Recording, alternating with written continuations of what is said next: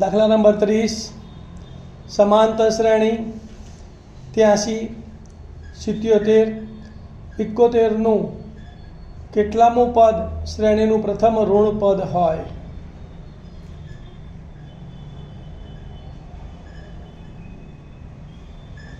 ધ્યાન આપજો ભાઈ. બોર્ડ ઉપર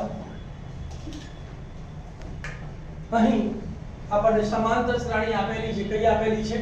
83 77 ડેશ ડેશ ડેશ. તો આ સમાંતર શ્રેણી ઉપરથી આપણને પહેલું પદ અને સામાન્ય તફાવત બે વસ્તુ મળી જાય તો પહેલા એને શોધી કાઢવા. તો અહીં પ્રથમ પદ a બરાબર કેટલા આવશે? 83. સામાન્ય તફાવત d બરાબર બીજું પદ માઈનસ પહેલું પદ 77 માઈનસ 83 તો જવાબ કેટલો આવ્યો? -6.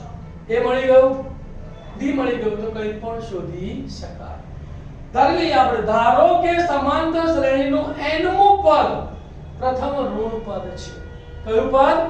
nમું પદ એટલે કે 14મું પદ કે 18મું પદ પહેલું એનું ઋણ પદ છે. તો માટે એની વેલ્યુ કેટલી આવે? માટે n લેસ ધેન 0 થાય કે ના? લેસ ધેન 0 એટલે ઋણ, લેસ ધેન 0 એટલે તો માટે n લેસ ધેન 0 થાય. n નું સૂત્ર મૂકીએ તો a plus n minus 1 into d less than 0. કિંમતો મૂકીએ. ચલો એની જગ્યાએ કેટલા મૂકીશું? 83 બરાબર વત્તાના વત્તા n માઈનસ 1 ના n માઈનસ 1 d ની જગ્યાએ કેટલા મૂકીશું? -6 એટલે ગુણ્યા -6 લેસ ધેન 0. હવે અહીંયા પહેલા આપણે શું કરીશું? -6 વડે આ બંનેને ગુણી કાઢીશું. એટલે કે -6 ગુણ્યા n એટલે -6n અને -6 ગુણ્યા -1 એટલે માઈનસ માઈનસ પ્લસ 6 એકા એટલે પ્લસ 6. બાકી બધું એમનું એમ લખીશું. તો શું લખીશું? 83 ઓછા 6 ગુણ્યા n એટલે 6n ઓછા ઓછા વત્તા 6 લેસ ધેન 0. આ બે નો સરવાળો કરીએ તો 83 વત્તા 6 એટલે 89. બાકી બધું એમનું એમ તો 89 માઈનસ 6n લેસ ધેન 0. કોને સૂત્ર કરતા બનાવવાનો છે? n ને.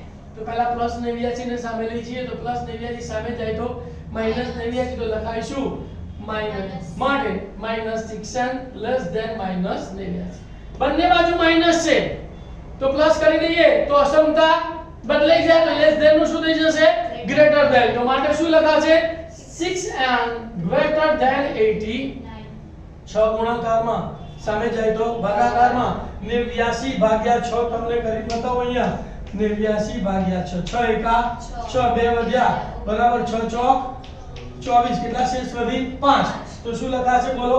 14.5 તો n ગ્રેટર ધેન 14.5. એનો મતલબ એમ થયો કે n મોટો છે 14.5 કરતા. તો 14.5 પછી પહેલી સંખ્યા કઈ આવે? 15.